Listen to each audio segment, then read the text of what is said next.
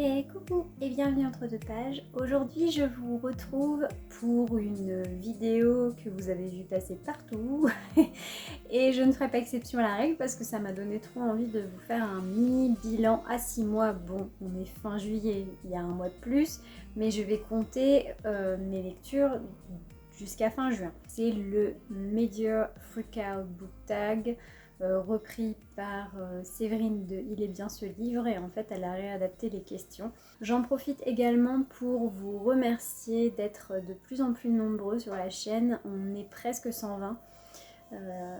Vous êtes presque 120 abonnés à la chaîne et je trouve ça juste énorme en 9 mois de temps. Ravie de vous voir tous plus nombreux, toujours plus nombreux en commentaire à venir échanger avec moi, et c'est toujours vraiment un plaisir de voir vos messages. Et voilà, c'était tout, c'était le petit remerciement de début de vidéo. J'espère que ça continuera à vous plaire. N'hésitez pas à me dire en commentaire s'il y a des choses que vous aimeriez voir aussi. J'ai des idées, mais autant que je les adapte à vous aussi. Donc n'hésitez pas à venir en commentaire me dire s'il y a des choses qui vous feraient envie. Et on va commencer ce tag tout de suite avec la première question. Combien de livres as-tu lu depuis le début de l'année, janvier à juin? J'ai fait le compte, je fais mes stats essentiellement sur Livre Addict maintenant. J'ai 98 livres lus entre janvier et juin. Alors on s'emballe pas, hein. 98 ça peut paraître énorme, mais en fait sur le lot il y a 44 graphiques, donc BD et manga, et 21 livres audio. Ça remet les choses en perspective, il y a presque la moitié en graphique et un tiers à peu près en audio. Et ça me convient plutôt bien en fait ce rythme. La deuxième question, quelles sont tes 3 meilleures lectures? Alors, je vais tricher un peu pour cette question-là. Donc la première lecture dont j'ai envie de vous parler, c'est Et le désert disparaîtra de Marie Pavlenko. Ça a vraiment été une claque ce roman. Je vous remettrai le point lecture où j'en parle en barre d'infos. C'était tellement bien, tellement beau, tellement inspirant cette histoire, et voilà, c'est un tout court roman de science-fiction jeunesse. Si vous ne connaissez pas, je vous le conseille vraiment. Le deuxième livre, c'est un livre de non-fiction, c'est Le bonheur est caché dans un coin de votre cerveau de Fabien Olicard. Tout est dit dans le titre, c'est du développement personnel pour essayer de trouver le bonheur qui est déjà présent dans nos vies. Enfin, j'ai trouvé ça génial, et comme l'année dernière avec Votre temps est infini, j'avais lu ce livre en très très peu de temps. Donc là, ça a été la même chose, et je me le suis procuré pour pouvoir l'annoter et le relire. Et la troisième lecture, c'est là que je trichouille un peu. Je vous en parlerai tout bientôt, donc je ne vais pas m'étaler dessus, mais j'ai lu tout récemment Ressac de Maureen Wingrove alias Digly, qui a été conseillé et fortement encensé par Cornelius. J'étais curieuse en fait de la couverture, c'est une couverture avec des coquillages, et j'étais très curieuse de ce livre, et c'est ma meilleure lecture de 2021 pour l'instant. C'est un récit autobiographique où Maureen Wingrove va nous raconter 5 jours, voilà, dans une retraite. Elle est partie dans un couvent en Bretagne pendant 5 jours. Sublime. C'est sublime, c'est extrêmement bien écrit. Bref, je vous en parle pas plus parce que je vous ferai un point lecture dessus, mais c'était trop beau. Et je vous le conseille à 100 000%. Ensuite, quelle a été ta pire lecture de l'année? Alors, j'ai hésité et je me suis dit qu'en fait j'allais vous faire graphique et roman. Donc en graphique, ma pire lecture, ça a été Un petit livre oublié sur un banc. C'est une série en 2 tomes que j'ai lu. Je vous remettrai les points lecture. Les personnages sont absolument exécrables. L'histoire m'a pas transcendée. Ça a vraiment été un truc, je me suis dit bon, je l'ai pris, et puis en fait... c'est pas que j'ai regretté de l'avoir lu, mais disons que je l'aurais pas lu, ça m'aurait pas changé la vie, quoi. C'est vraiment une expérience de lecture que j'ai pas appréciée des masses. Et en roman, je vais m'attirer les foudres de beaucoup, mais ma pire lecture, ça a été Orgueil et Préjugés, parce que j'ai détesté les personnages, tout mon cœur. Et j'ai pas du tout aimé le style, voilà, Jane Austen et moi, on n'est pas compatibles. Clairement, avec ce titre, c'est là que je m'en suis aperçue, et Je ne retenterai pas Jane Austen, c'est terminé.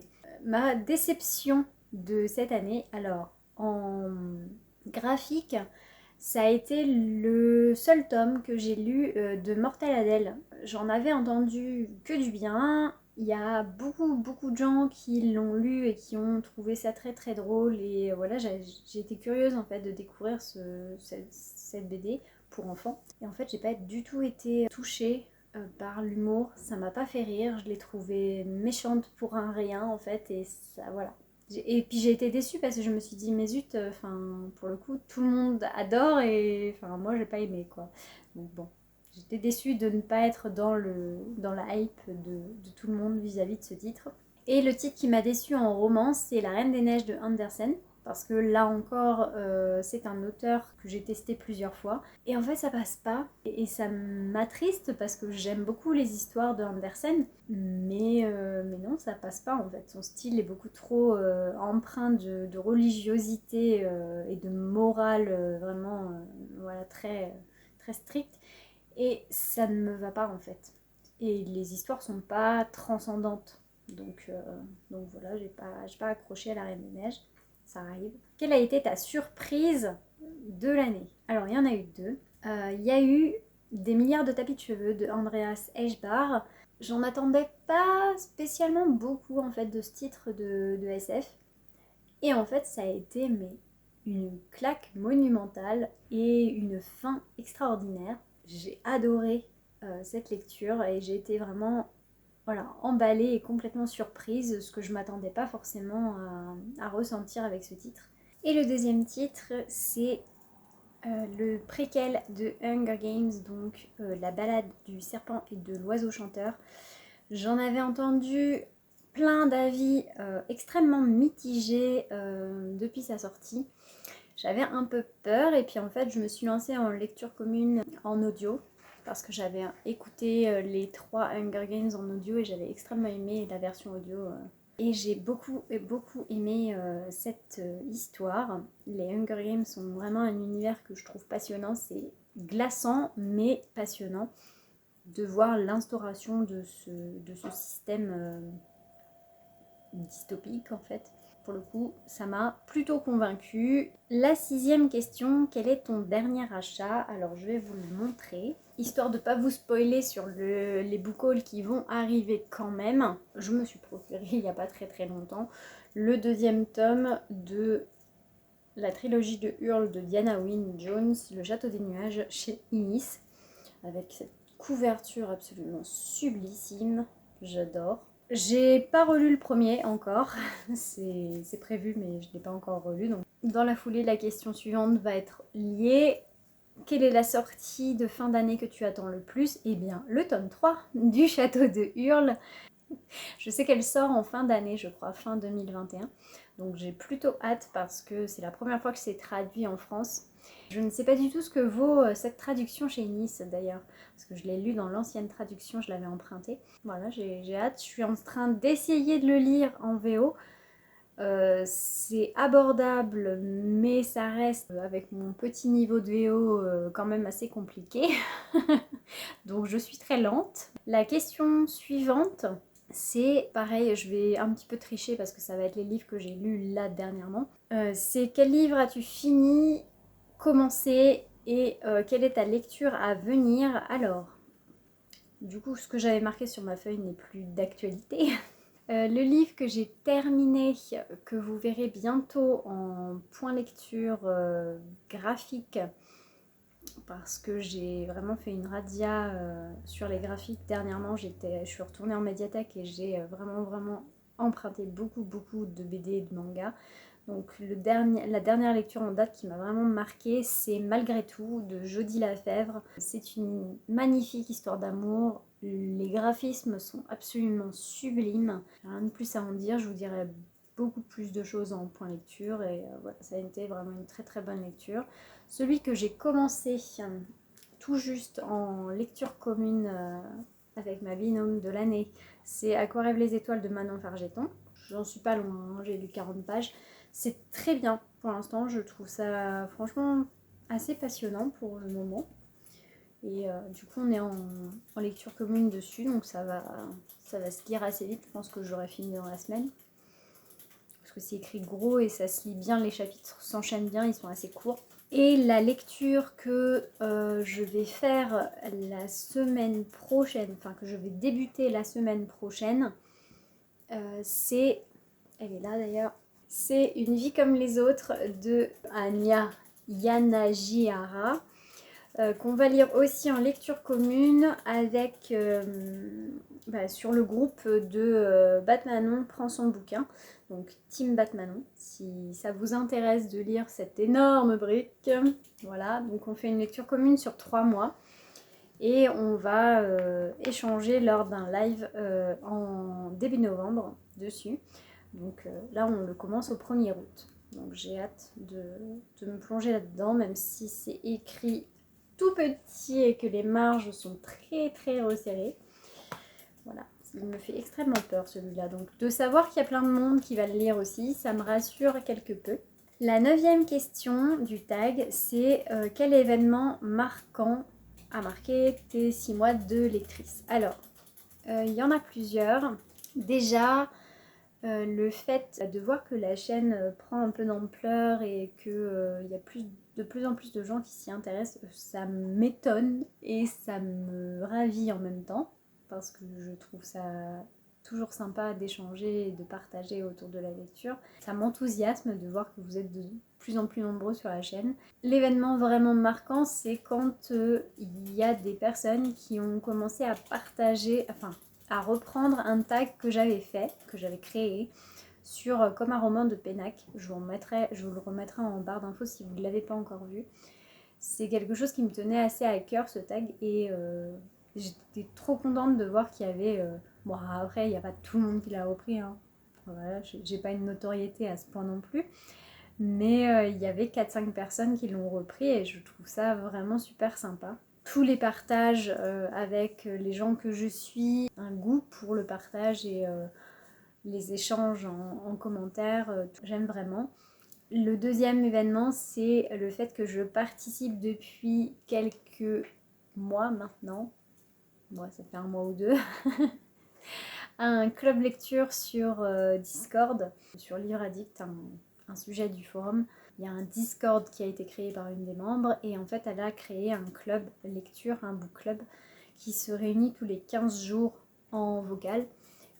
Et franchement c'est une joie tous les 15 jours d'échanger sur nos dernières lectures et franchement c'est des gens adorables qui sont hyper à l'écoute et qui ont tous des goûts hyper variés, ce qui fait qu'il y a plein d'idées de lecture à grappiller. La wishlist voilà, s'étoffe au fil du temps. Et la troisième expérience, c'est les lectures communes que je fais de plus en plus et c'est vraiment très agréable. J'aurais pas cru parce que j'ai du mal en fait avec les lectures communes, mais en fait de trouver le rythme et d'avoir des personnes avec qui ça passe bien et aussi le fait de les faire via Discord qui permet à chacun d'avancer à son rythme et d'intégrer des spoilers en lecture. Ça c'est vachement bien parce que du coup chacun peut avancer à son rythme et spécifier où il en est dans le livre avant de mettre son avis en spoiler et je trouve ça vachement pratique. Et la 10e question, quelles sont tes attentes pour la fin d'année? Alors, j'aimerais sur la fin d'année suivre davantage mes envies de lecture du moment.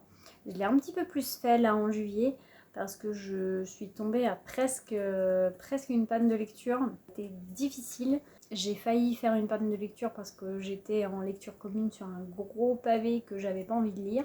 Donc au final les filles m'ont dit bah arrête-toi, ça sert à rien en fait. Ça sert à rien que tu te mettes dans une panne de lecture pour ça. Elles ont été très compréhensives là-dessus et c'était cool. Donc j'aimerais davantage suivre mes envies. Faire de belles lectures bien sûr. Ça, tout le monde. Tout le monde et toute l'année. Partager autour des livres encore et toujours et puis vous proposer aussi quelques vidéos un peu plus originales. J'ai quelques idées de concepts qui sortent un petit peu du cadre du 4 booktube classique.